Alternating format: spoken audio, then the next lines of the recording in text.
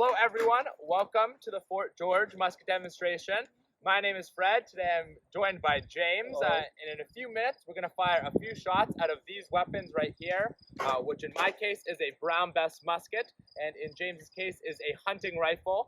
However, before we get to the actual firing bit of this demonstration, I'm just going to give a very quick lesson about how these weapons worked and why the British Army chose this as their standard infantry firearm in the period around 1812. Now, this right here in my hands is a musket. I know a lot of people come here, they're not quite sure what makes a musket different than a modern firearm.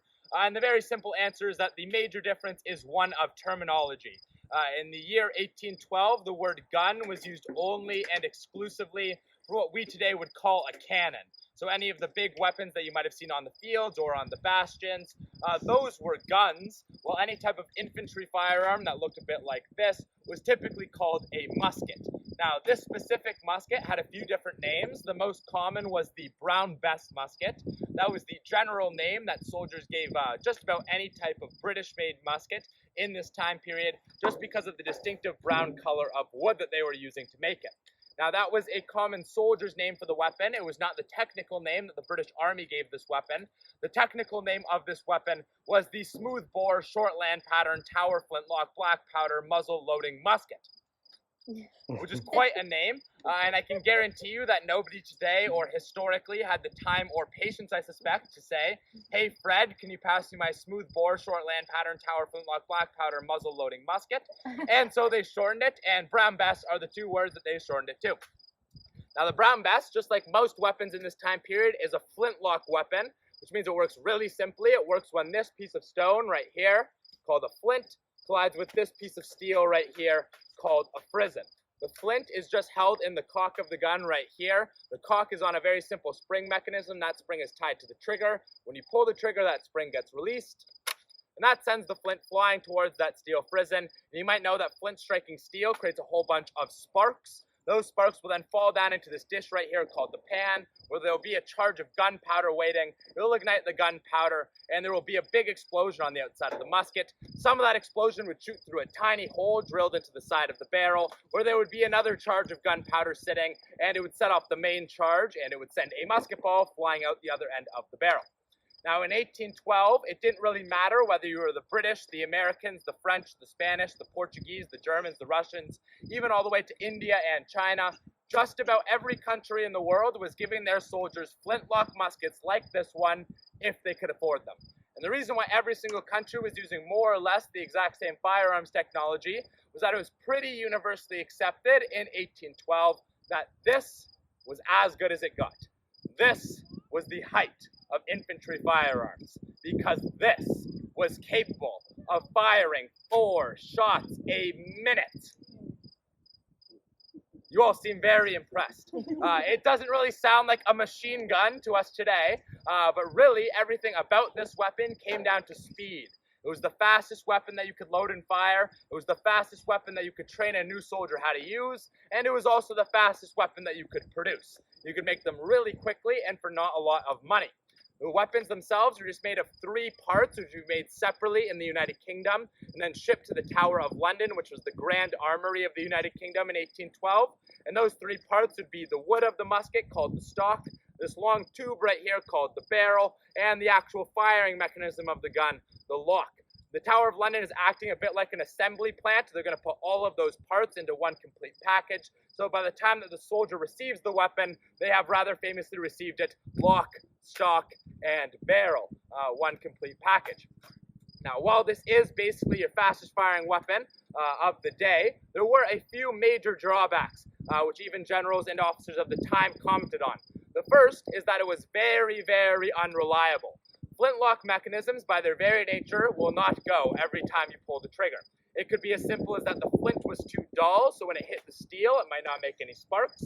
It could mean that the sparks entirely missed the charge of gunpowder sitting in the pan. It could mean that it was too windy and the wind blew away all the sparks. Or it could mean that it was raining. Black powder does not work if it gets wet. In fact, it was not too uncommon for battles in this time period to be canceled if it happened to be raining on the day that one side was planning on attacking. Any number of reasons can cause these weapons to misfire. And really, due to random chance, you're probably going to misfire about 10% of the time.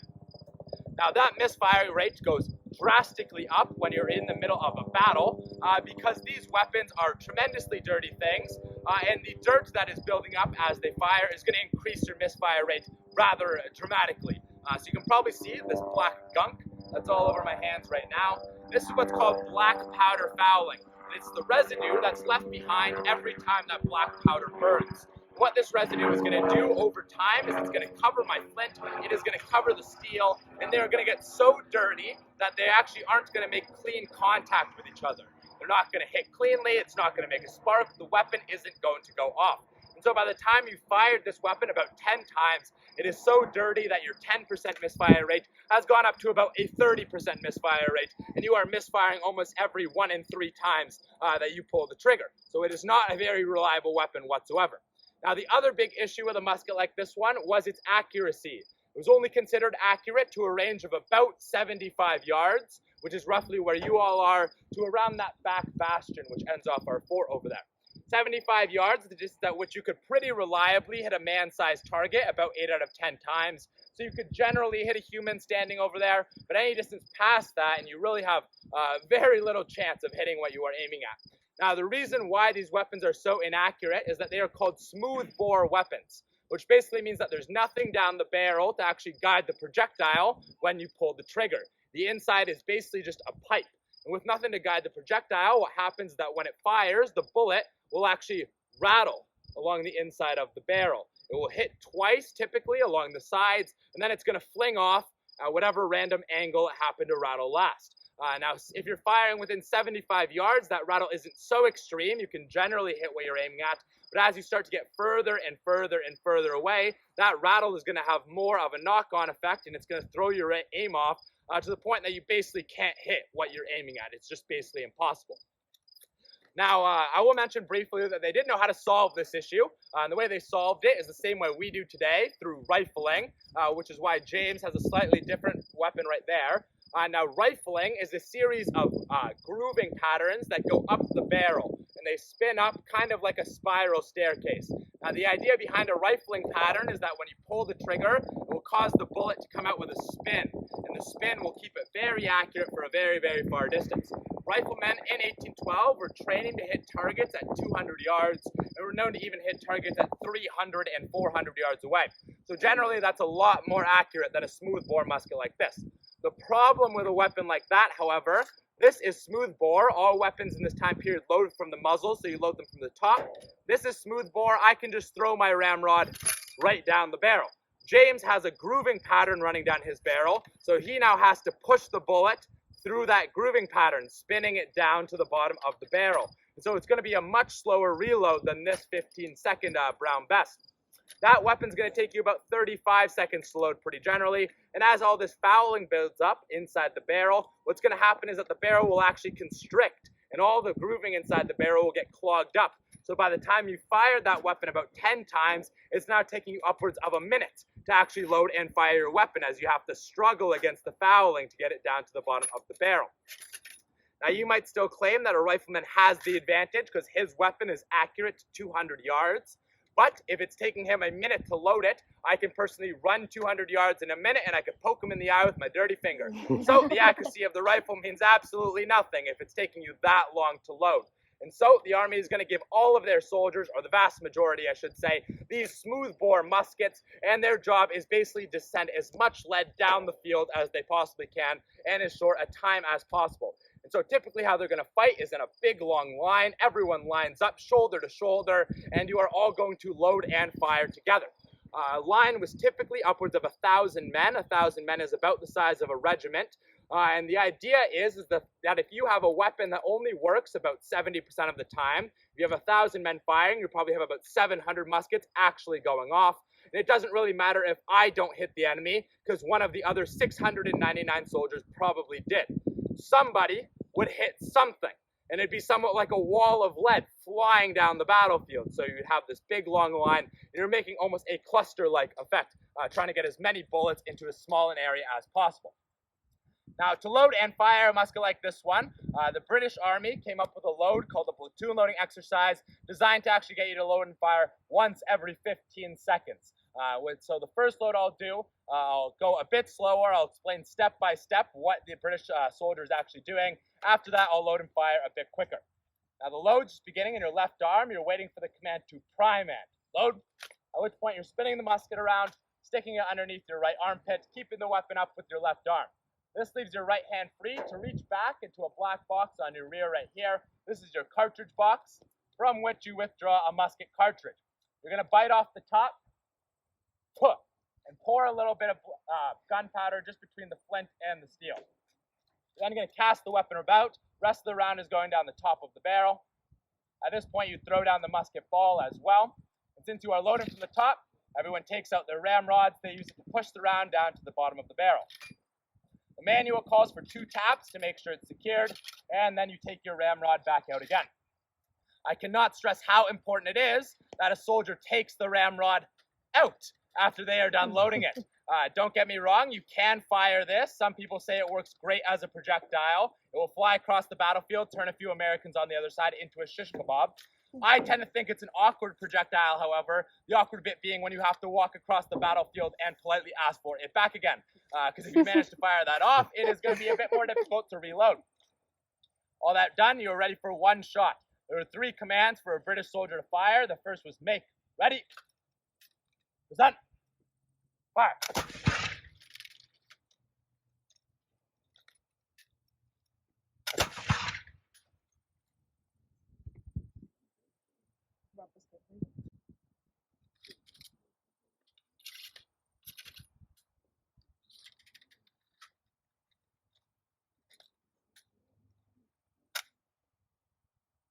Bang!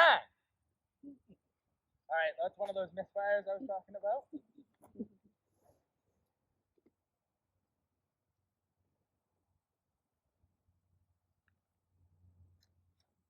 Attempt number 2.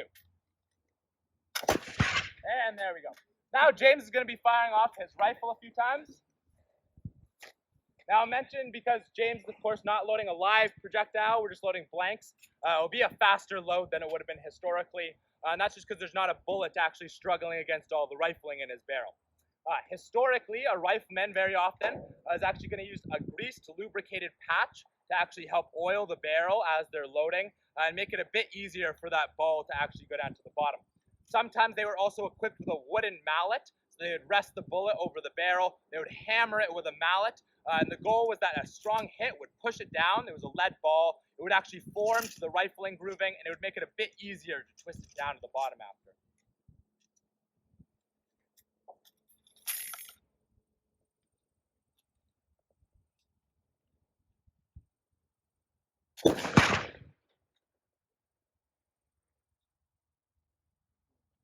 Your British regular is a triangular socketed bayonet. James is, of course, as a militiaman, is bringing his daily tools with him. So he has a trade tomahawk and a hunting knife with him today.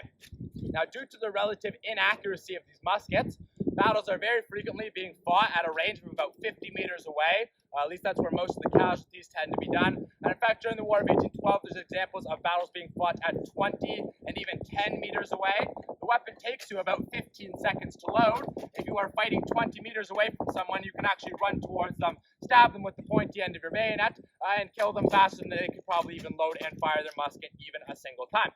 As a result, every soldier really does need a melee weapon in battles of this time period.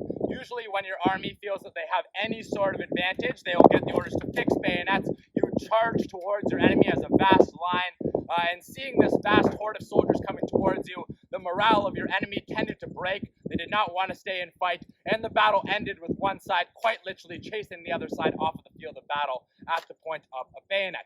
So that really is how you win a battle circa 1812. Now, one reason why these bayonets are particularly nasty is that they have a reputation for being horrendously dirty. British soldiers, according to some reports, use them as tent pegs. They sometimes use them as shovels to dig out root vegetables, and they sometimes also use them as cutlery to eat their meals. And this means that by the time you are stabbing your enemy, it is covered in a disgusting layer of grime, dirt, and rust. And so, this is an era pre-germ theory. If you are stabbed anywhere in the torso with the weapon, there pretty typically wasn't a whole lot a surgeon could do for you.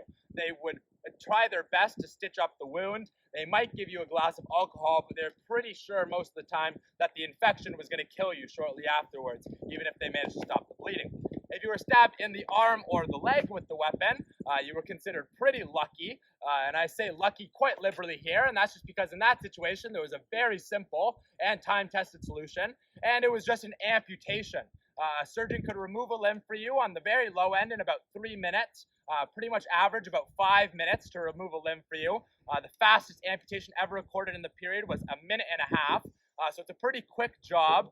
They will tie off your veins with pieces of string to stop the bleeding. They'll fold it over with a flap of skin. And at that point, they are essentially going to send you on your way. Now, British surgeons were very eager to do amputations, and that is just because the odds of surviving an amputation were higher than surviving an infection, which was left to settle and kill you slowly that way. Now, not a ton of soldiers were surviving amputations, only about 52%. Main reasons, of course, is that there's no anesthesia in this time period. You are awake throughout the whole procedure. At most, a surgeon might give you a glass of alcohol to dull the pain. However, today we know alcohol is a blood thinner, so that's going to make you bleed out even more quickly. And of course, like I mentioned, this is pre-germ theory.